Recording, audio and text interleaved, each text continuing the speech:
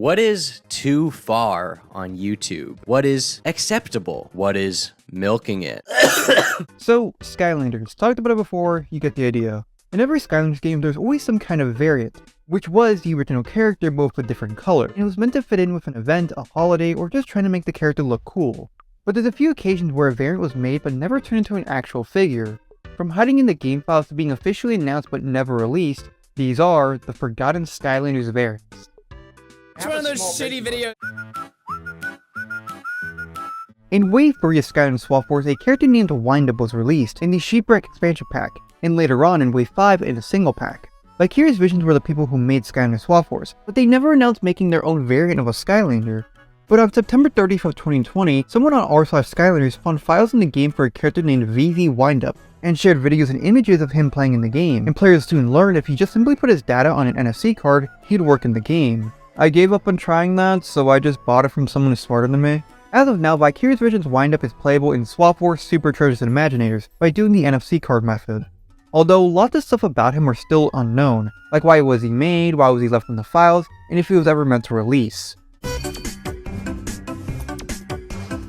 Throughout the Skylanders series, there was many different variants based on holidays, such as Christmas, Spring, or Halloween, but one holiday that got very little representation was Valentine's Day, with the only figure being made for this holiday being Love Potion Pop Fizz, but there was meant to be another one. In the final Skylanders game, there was a sensei named Buckshot. He was supposed to get a Valentine's Day variant. He was even officially announced on the Skylanders YouTube channel and had a page on the Skylanders website. But Valentine's Day 2017 came and went, and nothing. And sure enough, both the video and its page was taken down, with no reason given for its removal. Eventually though, we did get an answer, as a developer at Toys for Bob stated that the character looked too evil for Valentine's Day. But then, fairly recently, someone posted a prototype of Heartbreaker Buckshot on eBay, and then later on was removed, and it's unknown why it was removed, and even if it was real. As of now, Heartbreaker Buckshot is playable in Imaginators, as according to many sources, although he was never released, his files still remain in the game, but only a small amount of people were able to actually get him to work.